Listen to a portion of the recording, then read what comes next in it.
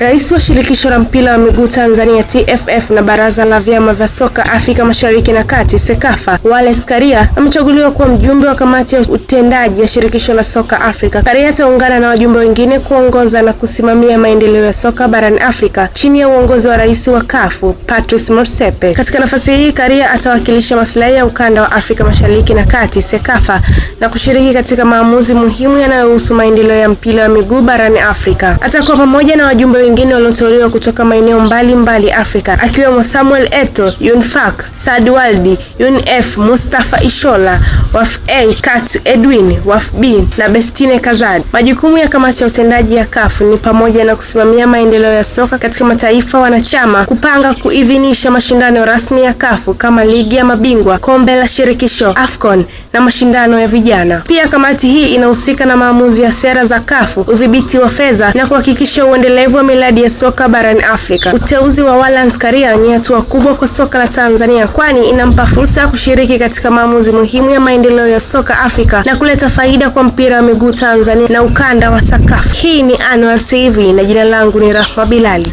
Rais wa shirikisho la mpira wa miguu Tanzania TFF na baraza la vyama vya soka Afrika Mashariki na Kati CECAFA, Wallace Karia amechaguliwa kuwa mjumbe wa kamati ya utendaji ya shirikisho la soka Afrika. Karia ataungana na wajumbe wengine kuongoza na kusimamia maendeleo ya soka barani Afrika chini ya uongozi wa rais wa CAF Patrice Motsepe. Katika nafasi hii, Karia atawakilisha maslahi ya ukanda wa Afrika Mashariki na Kati CECAFA na kushiriki katika maamuzi muhimu yanayohusu maendeleo ya mpira wa miguu barani Afrika. Atakuwa pamoja na wajumbe wengine walioteuliwa kutoka maeneo mbalimbali Afrika, akiwemo Samuel Eto'o, Yunfak, Saad Waldi, Yunf, Mustafa Ishola, Waf A, Katu Edwin, Waf B na Bestine Kazad. Majukumu ya kamati ya utendaji ya CAF ni pamoja na kusimamia maendeleo ya soka katika mataifa wanachama, kupanga kuidhinisha mashindano rasmi ya CAF kama ligi ya mabingwa, kombe la shirikisho, AFCON na mashindano ya vijana. Pia kamati hii inahusika na maamuzi ya sera za CAF, udhibiti wa fedha na kuhakikisha uendelevu wa miradi ya soka barani Afrika.